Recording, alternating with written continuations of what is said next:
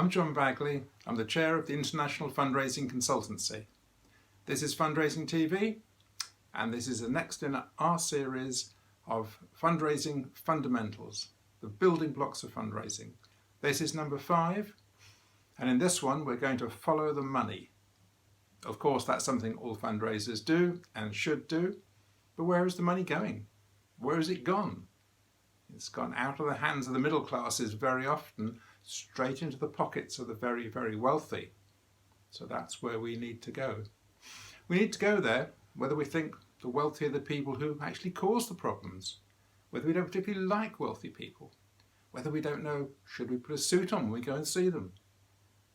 These problems sometimes stop us from following the money, and nothing should stop us from following the money because that's our job.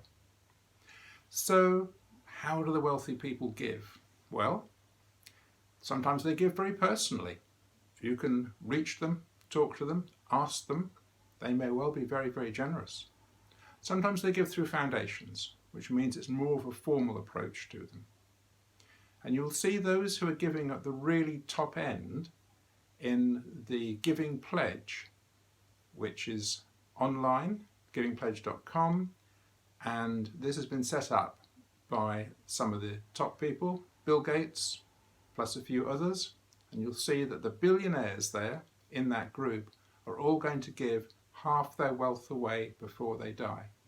So that is a massive transference of wealth, and these are the people that you should be tracking if you possibly can.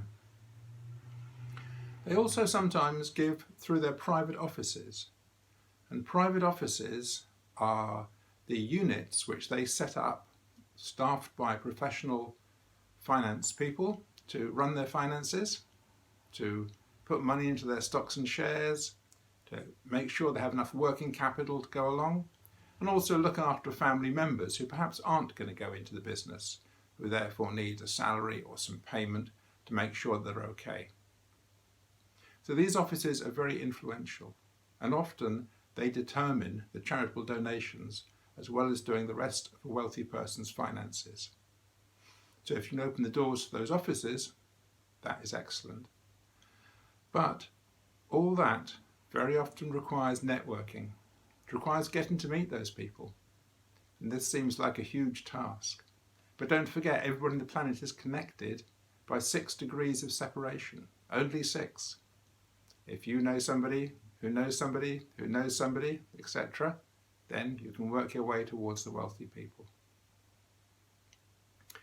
Wealthy people give to make an impact.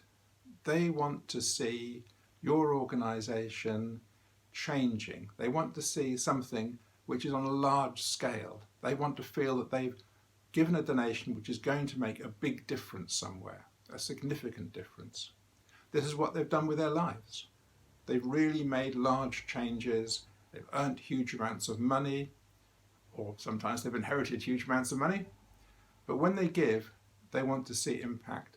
They want to see change.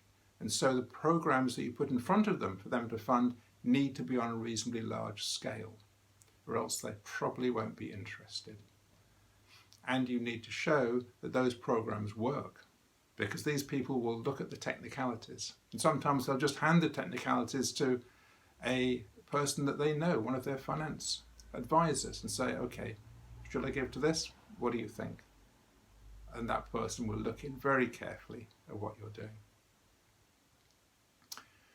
So there's the personal gift, there's the foundations that they might have set up, and then there is a new trend. And the new trend is in setting up a company. Mark Zuckerberg did this, a man who really doesn't need the tax advantages of a charity and wants to retain control. Tax advantages versus control. He'd obviously rather have control. So that is one thing to look out for. Looking at where the money has gone, the money is often with governments. They have huge resources, and governments have retreated steadily from social care of various sorts pretty much throughout the world. America, England, Europe, etc. This has been a large trend. And sometimes they'll look for charities or social enterprises to take over that work from them. And this is something which can make a charity very powerful. It can really help your clients to be able to do it on some scale. But it's a poison chalice at times, because governments tend to want to do this on the cheap, or else they do it themselves. They're looking for a cheaper alternative of making it happen, which means that you will perhaps not be able to cover your overheads. And in the long term, this will endanger the whole project. We've seen corporations take over government work in the UK, and that has sometimes meant that they've had to cut everything right back. They've cut their staff, which means they've put their staff numbers, which means that the staff are stressed. They've cut the wages, which means the staff don't act as well as perhaps they don't get the best staff in, and they've cut the services to the clients. And then sometimes they've even gone bankrupt or had to give up that service. So be careful that if you take on government work, you really can run a full-time and proper service to your beneficiaries. Right, that was a simple and quick 5-minute look at Follow the Money.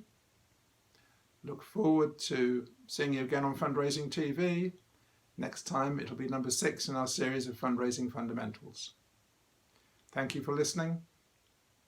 Goodbye.